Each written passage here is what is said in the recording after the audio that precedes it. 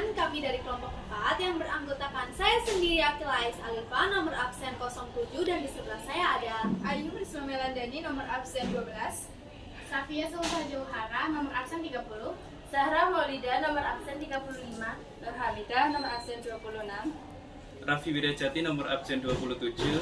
Baik, berdirinya kami di sini ingin mempresentasikan hasil diskusi kami mengenai kerajaan. Kutai dan Tarumanegara. Baik, terima kasih, tonton videonya. Kerajaan Kutai adalah kerajaan tertua di Indonesia yang terletak di pedalaman Kalimantan Timur.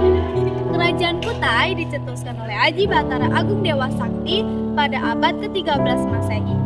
Didirikannya kerajaan ini sekitar abad ke-4 Masehi oleh Asmawarman. Sebagai pendiri dinasti kerajaan Martapura, menurut batu-batu atau prasasti-prasasti berbentuk yupa yang terdapat di kerajaan Hindu di sekitar tahun 400 Masehi di Kalimantan Timur, terdapat kerajaan pertama bernama Kunduma, namun ada juga yang menyebutnya dengan Kuduma. Raja pertama yang memerintahkan kerajaan tersebut adalah Raja Kunduma dan Kuduma. Raja Kunduma memiliki seorang anak bernama Asmawarman. Raja Asmawarman memiliki 3 putra, diantaranya adalah Sang Mulawarman.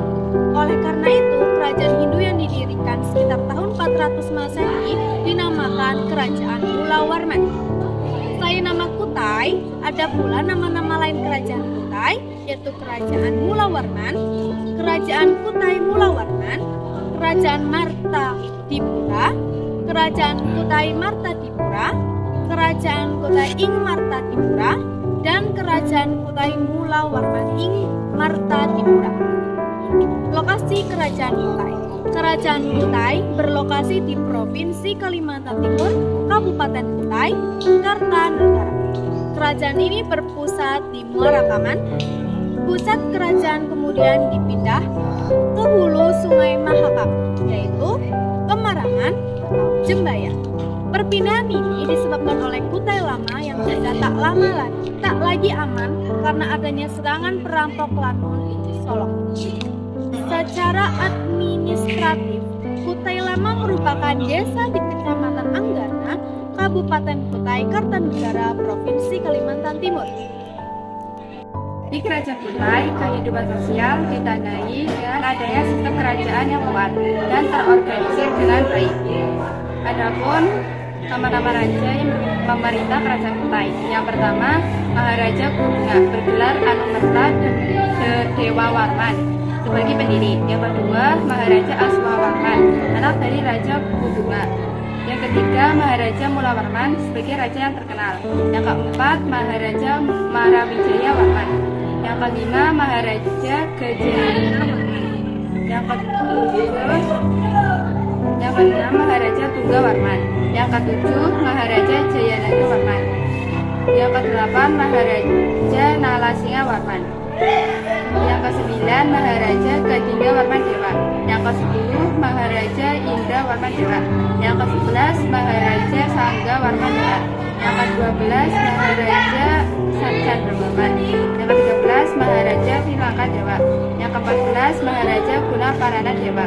Yang ke-15, Maharaja Wijaya Warman. Yang ke-16, Maharaja Sri Aji Dewa. Yang ke-17, Maharaja Mulia Putra. Yang ke-18, Maharaja Nala Pandita. Yang ke-19, Maharaja Indra Paruta Dewa. Yang ke-20, Maharaja Dharma Setik. Adapun prasasti Kerajaan Kutai. Yang pertama, prasasti Yupa, merupakan salah satu bukti sejarah Kerajaan Kutai yang paling tua. Yang kedua, Ketompong Sultan, merupakan mahkota yang biasa digunakan oleh Sultan Kerajaan Kutai yang terbuat dari emas. Yang ketiga, Kalung Jiwa, merupakan sejarah yang ditemukan oleh pemerintahan Sultan Haji Muhammad Sulaiman. Yang keempat, Kura-kura Emas, merupakan bukti sejarah ini merupakan cukup unik karena berwujud kura-kura emas. Yang kelima, pedang Sultan Kutai yang terbuat dari emas padat. Yang keenam, keris bukti Kang, merupakan keris yang digunakan oleh Permaisuri Aji Putri Karangmalenung, Permaisuri Raja Kutai Kartanegara yang pertama. Yang kedelapan, Singgasana Sultan, merupakan peninggalan sejarah yang masih terjaga sampai saat ini. Kebutuhan Kerajaan Kutai. Seperti banyak kerajaan kuno lainnya, Kerajaan Kutai juga mengalami masa-masa sulit. Serangan dari berbagai kekuatan asing serta perang saudara melemahkan pada akhirnya membawa kerajaan ini pada periode kemunduran. Terlebih setelah Mula Warman, nasib Kerajaan Kutai mengalami ketidakpastian. Kerajaan Kutai Martapura akhirnya runtuh setelah ditaklukkan oleh Kesultanan Kutai yang menganut Islam pada tahun 1635. Raja terakhir Kerajaan Kutai, Maharaja Dharma, setia gugur dalam pertempuran melawan Pangeran Suluk Panji Mendapa dari Kesultanan Kutai. Berdirinya Kerajaan Tarumanegara. Kerajaan Tarumanegara berdiri pada abad keempat atau lebih tepatnya tahun 358 Masehi.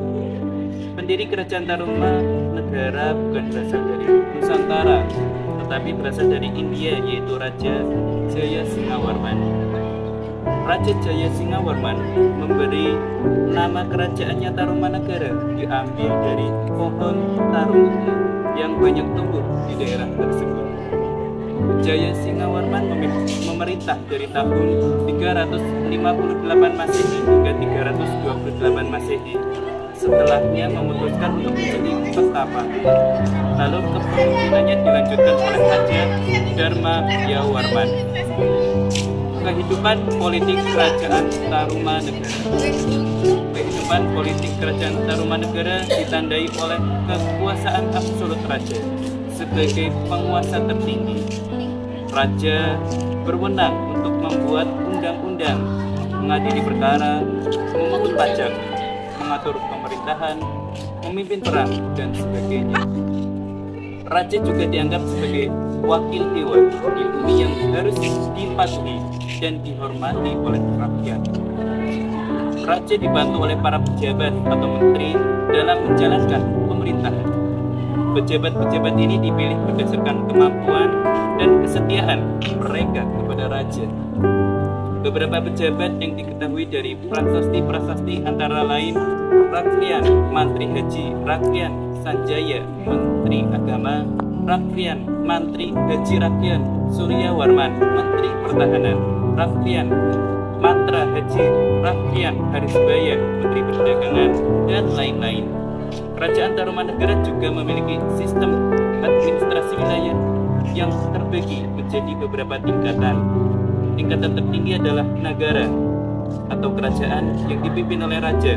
Tingkat kedua adalah wata atau provinsi yang dipimpin oleh seorang wata terswara atau gubernur.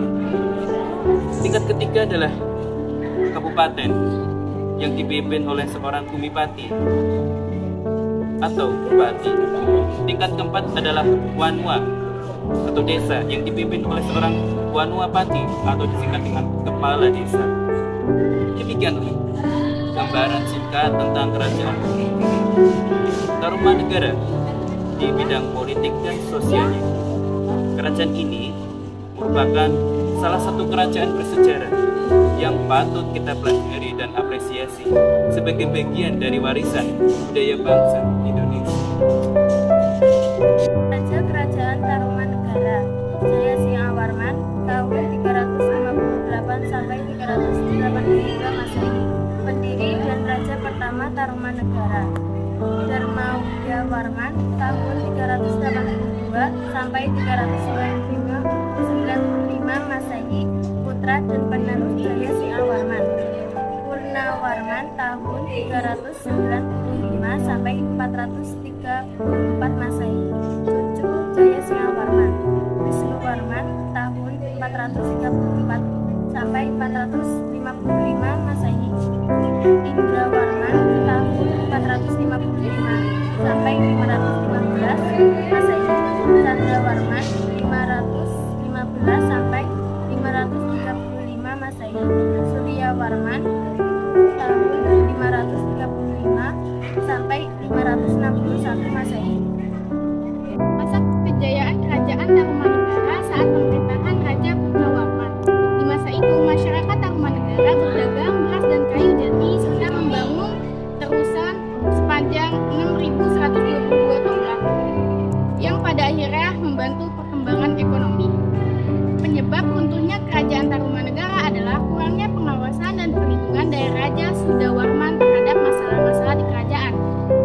dan tidak adanya putra dari raja terakhir Tarumanegara yaitu Linggawarman.